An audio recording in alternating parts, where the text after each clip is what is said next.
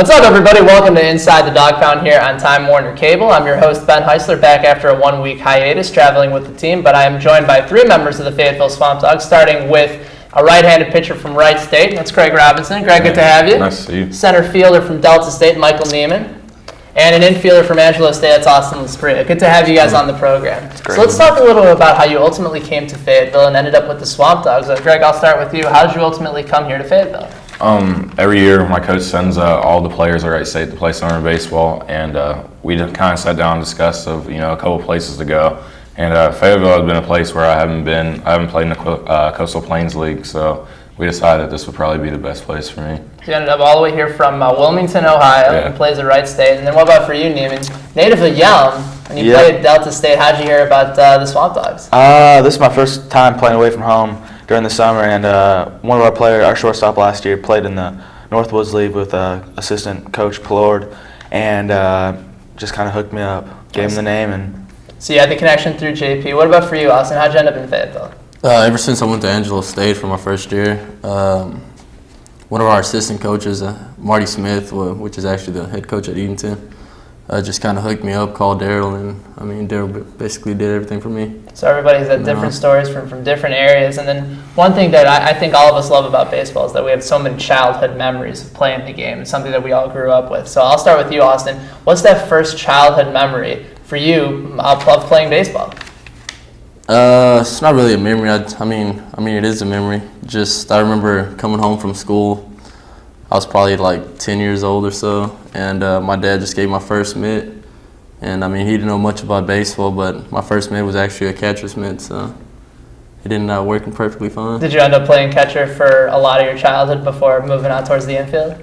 No, I actually played infield with that glove. So it was interesting, but it worked out.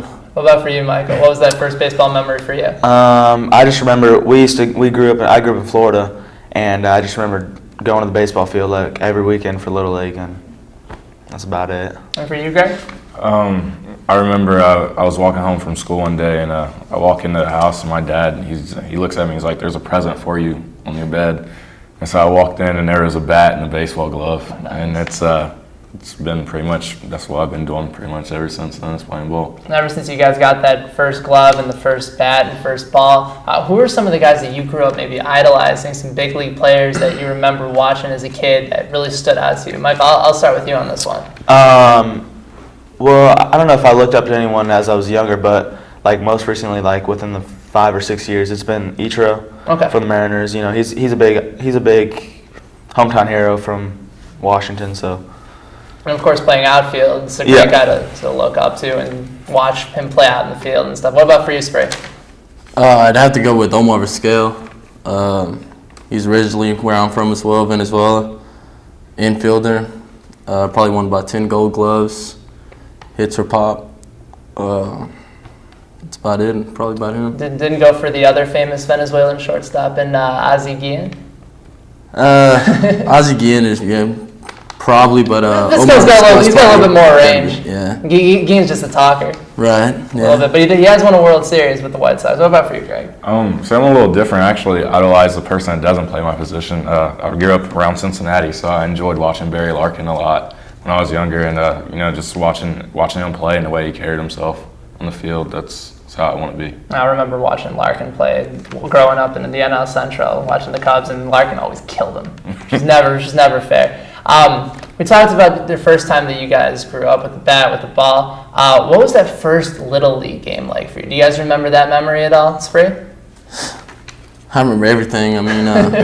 I seriously had to have a translator. Didn't know any English at all. Just came from the States and just, I guess, had people translating everything so I can get the signs and all that. It was actually Little League at the YMCA, so it was pretty interesting. What about for you, Mike? I have one Little League experience from when I was in Florida. I was playing, I don't know if I was playing, maybe short or second base as a left-hander, but that didn't matter in Little League. And I was going back on a ball, and I caught it, and the outfielder ran into me, and I kind of did a flip, and I managed to hang onto the ball, and that's one memory that I do remember. Does that stand out to you? Yeah, one of the more impressive catches that you've made? Yeah. What about for you, Greg? You remember that first Little League game? Yeah, it was. I actually hit back then, and I always had a problem of throwing the bat when I hit. And one day I went to go swing, and just the bat flew and landed in the other dugout and got called out. But that was pretty much. Did it go farther than the ball? I didn't even make contact with the ball.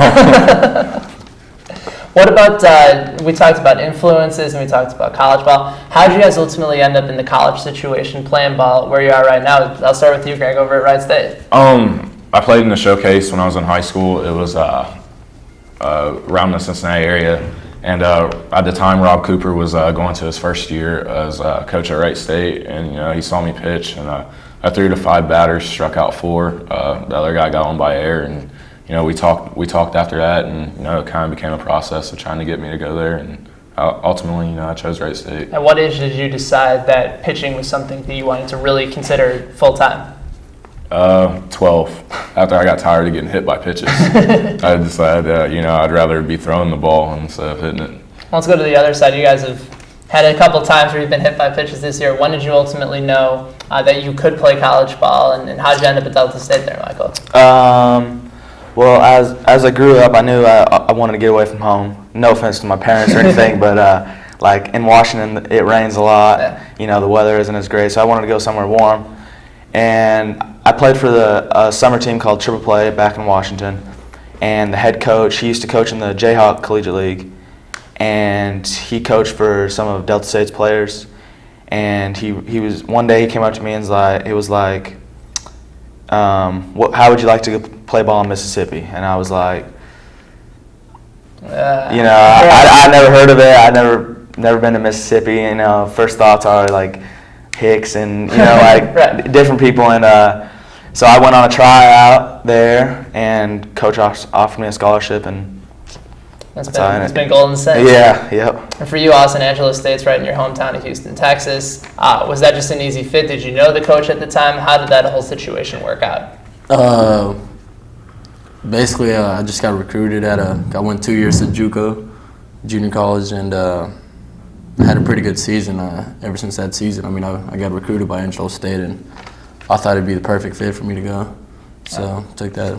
All right, final question for you guys before we end the first segment here on Inside the Dog Pound. Growing up, baseball has always been a part of your guys' life, and to a certain part, a lot of people grow up because baseball is such an integrated part of their life. They have that favorite baseball video game. Some guys, it's MLB The Show. Other guys grow up like me with the Ken Griffey Jr. Slugfest on N64. So I'm going to ask you guys to close it out. Favorite baseball video game of all time? Spray, I'll start with you. I'd probably have to go with Ken Griffey Jr. Ken Griffey Jr.? Yeah, this is the best. It was the most user-friendly. All I did was push a button. All the other games, you actually have to throw a pitch and actually try and do something while you're playing the game. I just like putting that code in. Left, right, left. Ken Griffey always hits the bomb. So was Ken Griffey Jr. your favorite too? Especially because you're the Seattle guy. I'm going to be honest, I suck at sports video games. Like, really? Yeah, I'm horrible. And so I stick to like shooter games. So those games, I can't stand. See, I can't do that. You can't play the sports? Yeah, that's surprising. It's you know the game and you understand how it I'll works. tell you what, I can do football just because you just got to push like to pass the ball, just triangle or something, But other than that, I'm not no Right, good. so you're out of the conversation when it comes to sports games. What was that good sports game growing up for you, Greg? Oh God, I'd probably have to say Triple Play '99. It's a good Was one. That's a solid call. Well, so was that an N64 one too? No, that was for PlayStation. Okay. It was kind of a more realistic game around. So it was kind of fun. So there you go. We're visiting with Greg Robinson, Michael Niemann, and Austin Lasprilla from your 2009 first half CPL Division champs Fayetteville SwampDogs. We'll take a quick break. We'll be back with more talk right here on Inside the Dog Pound on Time Warner Cable. Who let the dogs out? Who let the dogs out? Who let the dogs out? Who let the dogs? All right, everybody, we're back on Inside the Dog Pound here on Time Warner Cable. I'm joined by Greg Robinson, Michael Niemann, Austin Lasprilla here on the program this evening, and